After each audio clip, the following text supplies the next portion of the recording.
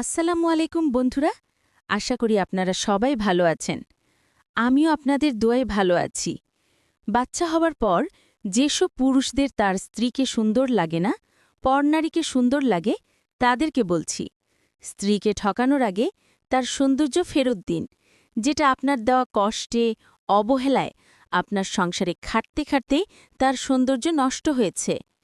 আপনার স্ত্রীর যৌবন ফেরত দেন, যেটা আপনি এতদিন ভোগ করেছেন।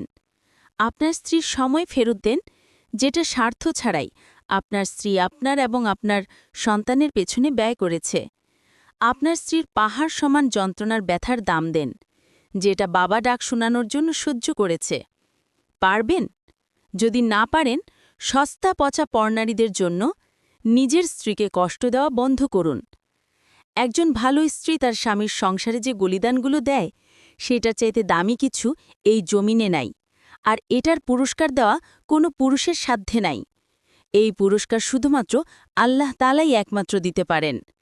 আশা করি ভিডিওটি আপনাদের কাছে খুব ভালো লেগেছে। ভালো লেগে থাকলে লাইক দিতে ভুলবেন না।